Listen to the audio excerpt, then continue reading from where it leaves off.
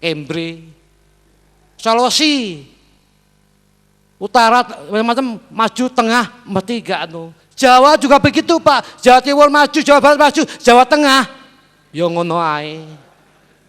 Jadi pembangunan wilayah itu kemajuan ternyata juga dipengaruhi oleh keadaan geografi wilayah. Ya. Ini yang tadi pendidikan sama kesehatan itu sudah memang apa namanya gawan bayi lah Pak. Ya, gawan bayi. Ya, aja. Bayi memang susah nih Pak. Kita berhadapan dengan band itu tadi. Ya. Masyarakat kita Pak kalau pisah sama sapinya Pak, walah. Jadi tidur di situ Pak, nerima tamu sebelum diterima tamu sama tuan rumah diterima tamu sapinya mbek. Gitu Pak. Ya enggak apa-apa, ini memang itu keadaan masyarakat kita seperti itu, harus kita pelan-pelan. Makanya ketimbang saya ngobati sing tua-tua kuwi sing sudah agak produktif, kenapa? Uang saya kita limpahkan kepada anak-anak muda-muda tadi Pak. Ya. Kemungkinan tingkat keberhasilannya lebih besar yang untuk anak-anak muda loh Pak, timbang wong tua-tua loh Pak. Ya. Perizinan, jenengan izin apa Pak Gunadi? Izin prinsip untuk mendirikan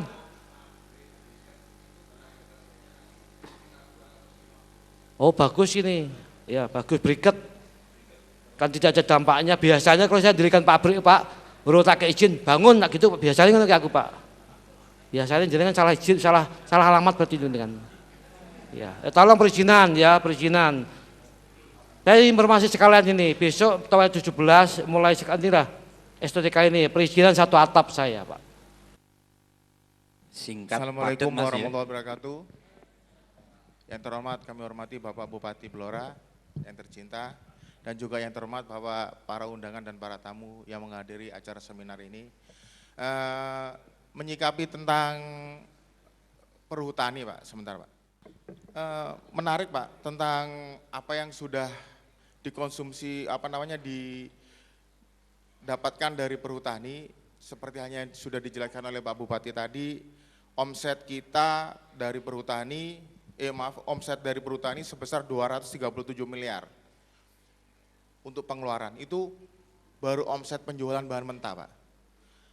Gak bisa kita bayangkan kalau itu sudah barang jadi, berapa miliar seperti itu.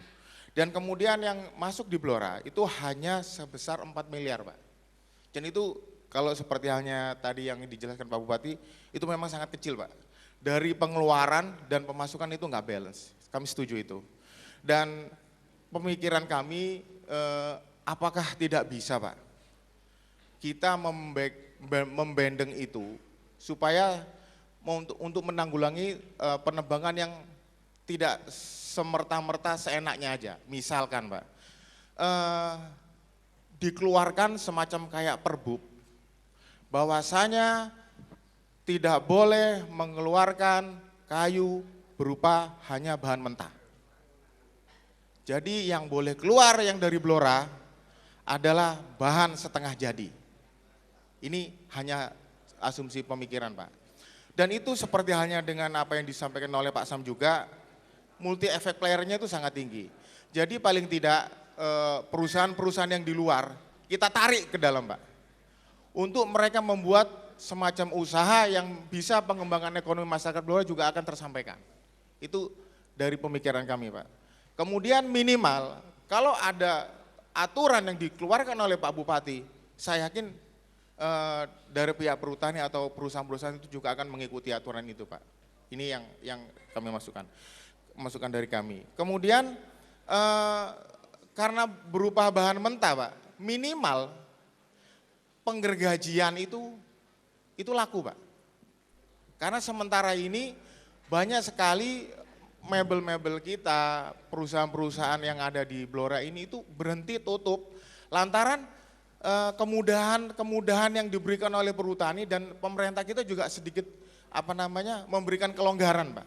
Jadi ini yang membuat kami atau membuat kita merasa kita kecolongan. Kenapa kita tidak membuat regulasi baru seakan-akan perusahaan-perusahaan masuk ke sini. Jangan seenaknya aja ngambil dagingnya toh, mentahnya, kayunya, balungnya hanya ada orang-orang Blora yang merasakan itu. Itu pertama. Kedua, dari perhutani sendiri saya yakin mereka juga punya CSR Pak. Dan saya melihat juga ada beberapa teman-teman analisa tentang CSR perhutani itu tidak berefek Pak, tidak berefek ke masyarakat setempat. Mereka mayoritas hanya menggunakan CSR itu hanya sebagai proyek. Baik CSR itu diambil dari anggaran dari provinsi ataupun dari pusat. Ini yang perlu kita kita kerja bareng-bareng untuk multi efek untuk masyarakat ini apa Pak? Yang CRS perhutani itu agar bisa digunakan oleh masyarakat setempat. Saya rasa itu aja, saya cukup, terima kasih. Wassalamualaikum warahmatullahi wabarakatuh. Waalaikumsalam warahmatullahi wabarakatuh. Langsung aja mungkin Bapak pertanyaan yang belakang, monggo. Terima kasih. Assalamualaikum warahmatullahi wabarakatuh. Yang saya hormati pimpinan narasumber Pak Bupati.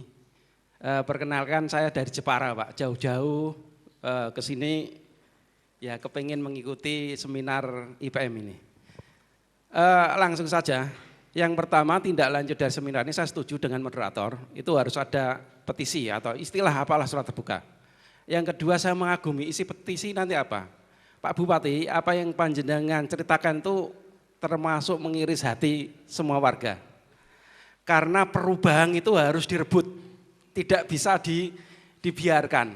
Artinya apa? Ketidakadilan aturan Permenhub 58 tadi yang jenengan sampaikan itu sangat-sangat luar biasa yang menghambat kemiskinan di Blora. Ini kalau saya analisa. Perlu diketahui tadi contoh panjenengan itu yang untuk pendapatan perhutani 1 kubik 1.200.000 yang diameter berapa itu kalau harga pasaran orang Jepara beli itu hampir 10 juta per kubiknya. Coba kalau misalkan Permenhub 58 itu bisa dirubah, kita gugat, ya nyuwun sewu, kita gugat ke MA atau apa, itu berubah dan nilainya tidak seperti itu, saya yakin Blora itu tambah makmur dan Jepara juga akan mengikuti karena Jepara punya hutan perhutani.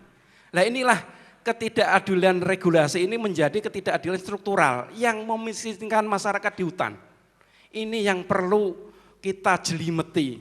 Bagaimana suatu aturan itu membuat masyarakat di suatu wilayah itu menjadi stagnan. Suatu contoh tadi masyarakat sekitar hutan. Misalkan yang masuk tidak 4 miliar saja per tahun, ya katakanlah 20 atau 30 atau mungkin bahkan 200 miliar per tahun bisa untuk bangun jalan berapa panjang, berapa kilo gitu untuk membedah ketidaksolan itu. Nah ini yang penting Pak. Ini oleh karena itu tindak lanjut ini Pak Bupati kami menyarankan karena ada salah satu bupati di Jawa Timur itu yang menggugat kewenangan kehutanan di MK. Karena itu undang-undang gugatannya di MK. Kalau ini permen atau PP gugat aja ke Mahkamah Agung. Karena sengketa masalah regulasi. Kita gugat aja, siapa tahu menang, panjenengan bisa tidak menyodorkan angka ini, lebih dari ini karena di pasaran kita punya data. Ternyata diameter 20 itu bisa 10 juta lebih itu per kubiknya itu. Coba itu kalau dihitung kali berapa triliun itu. Itu yang pertama. Yang kedua, karena memang kemiskinan itu memang sesuatu hal yang sangat kalau lihat di kita itu bisa tidak dikatakan absolut tapi orang entek-entek gitulah. Orang entek-entek karena apa? Program ini masuk, program ini ada tapi tetap aja miskin. Yang saya lihat memang harus ada political will. Political will itu didasari oleh regulasi yang bagus itu. Tadi penanya kedua mengatakan buat aja Perbup itu. Enggak bisa Mas, karena Perbup itu melampaui kewenangan. Sementara ini Undang-Undang 23, kewenangan kehutanan itu ditarik ke pusat. Kalau kita membuat Perbup, jelas gugur demi hukum. Makanya kita mengikuti yang di Jawa Timur itu salah satu bupati menggugat kewenangan kehutanan ke MK. Kita berdoa supaya itu berhasil. Kalau berhasil kembali lagi ke kabupaten kota, saya yakin Blora akan lebih sejahtera karena bisa membuat aturan Perbup kaitannya dengan kehutanan itu. Itu yang kedua. Yang ketiga, Pak Moderator, sama Pak Ketua Litbang, Pak Luhut, tolong panjenengan sebagai intelektual yang ada di Jakarta, silahkan ketimpangan daerah yang ada ini diselesaikan menurut intelektual panjenengan. Saya hanya minta itu, entah jenengan expose seperti apa, entah jenengan sodorkan program saya di pemerintah pusat, tapi ini tugas panjenengan. Karena sebagai intelektual Anda punya beban moral untuk menyelesaikan masalah kemiskinan ini. Itu 3 hal itu Pak. Terima kasih. Wassalamualaikum warahmatullahi wabarakatuh. Matur nuwun, teman dari Jepara mungkin langsung saja Pak Bupati ditanggapi. Matur nuwun. Terima kasih Pak Luhur tadi yang baru tanya tadi itu Kepala Bapeda Jepara itu Pak. Sekretaris Pak. Sekretaris Jepara. Terima kasih Pak kerawannya Pak. Oke. Jadi coba jenengan yang hadir sini coba ya betapa kita tuh ke depan kalau kita enggak NKRI kuat bisa berantakan Bapak. Jenengan tahu enggak? Bupati Bojonegoro itu bikin perbub itu melarang semua pegawai ekson dan ekspatriat itu tidur di cepu, bayangin. Tidur di cepu itu dilarang. Masyarakat Cepu Blora kerja di Bojonegoro dilarang. Di sweeping semuanya. Ya. Sementara orang asing, orang Vietnam, Malaysia, Singapura bisa dengan mudah datang ke sana semuanya. Oke, kebalik itu Pak. Bangsa ini bangsa kualat kabeh. Coba bayangin. Wong Cepu Blora sing duwe blok mergawe kono ora oleh. Tapi dengan mudahnya orang asing iso kerja ning kono njajal. Lah maksud saya itu enggak sampai pikiran ke sana, tapi bisa jadi saya juga akan ke sana terkait dengan bertani ini, Pak. Bertani, Pak, iya. Iya. Saya hanya belum ngomong, belum mengatakan bertani penjajah aja. Belum ngomong itu aja saya. Ya, belum ngomong itu aja coba. Coba bayangin. Kayu dipotong baik keluar semua. Wong Blora butuh gembol lho, Pak. Butuh gembol lho bisa ngikuti aturannya wong londo-londo, gumun aku. 2 tahun setelah dipotong baru boleh diambil, coba bayangin. Wong ape urip ning daerah dhewe kok angelir kaprah lho. Jadi inilah perlu diketahui Pak Aliuddin. Saya sudah mengatakan sampai kepada Pak Komisi D, DPR Provinsi, Gubernur sudah. Coba kita janji kalau wonjo bareng-bareng ini ketidakadilan betul Pak. Sangat tidak adil. Ya sangat tidak adil.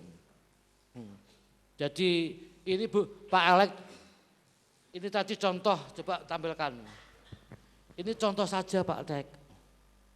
Ini dalam 1 tahun 2014 saja Pak Alek ini. Ini tak ambil yang paling kecil ini selama ini. Ini contoh aja. Jadi setiap tahun tuh ya enggak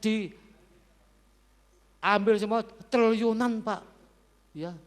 Harta benda di Blora diambil semuanya. Ke Blora hanya diceceri tok aja. Ya. Luar biasa Pak Luhur. Tolong saya minta, tolong jenengan lah, ini disuarakan di Jakarta sana. Tuh. Luar biasa. Blora iki umure 267. Perhutani masuk di Blora tahun 72. Semua kayu cebang perhutani bukan hasil tanamannya, tapi tanaman Gusti Allah yang tumbuh di Blora masih ada maksudnya di Blora itu loh Pak. Coba Pak. Belum mampu perhutani nanam juga ditebang belum mampu Pak. Ya, itu. Ya. Terima kasih Pak Alek. Ya. Minta Allah matur nuwun, kan sudah tahu semua, teman-teman sudah besar semuanya berapa kita hidup seperti anak ayam hidup mati di lubung padi. Duwe kekayaan tapi enggak merasakan tapi tambah sengsara. Ini baru satu pandangan JBA loh Pak ya.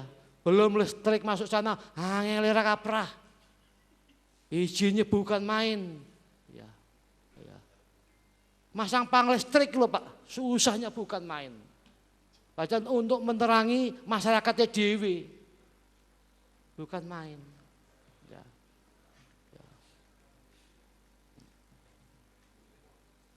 Ya. Terima kasih. Ya, alhamdulillah kita sudah sepaham semua hati semuanya. Tinggal kita tidak lanjut ke depan nanti. Ya jelas saya akan mengundang seluruh bupati Jawa Tengah yang punya hutan. Akan kita ajak rembuk bersama tentang masalah hutan ini. Ini sekali lagi masalah ketidakadilan. Ketidakadilan. Coba bayangkan di saat kita punya sumber daya alam, hutan dan migas, di saat itu juga SKPD yang menangani ditarik ke pusat semuanya. Makin parah lagi Blora nanti. Makin parah lagi. Pak. Ya. Matur nuwun Pak Luhur, Pak Sam monggo nambahi monggo. Monggo. Terima kasih. Yang tambahan yang kedua dari Jepara, Bapak dari Jepara. Artinya bahwa kita sudah sepaham dengan apa yang disampaikan Pak Bupati tadi, nanti akan kita coba rumuskan beberapa temuan kita, Pak Alek ya. Kalau perlu petisi ya dipetisi dulu gitu ya. Kalau memang kita harus menggugat Permenhub, memang betul lebih mudah merubah permen Pak Bupati daripada undang-undang. Kalau kita undang-undang bisa syukur, tapi minimal dengan harga-harga yang seperti tadi saya sepakat bahwa memang itu harga yang terlalu rendah itu ya. Sangat rendah lah, sangat rendah.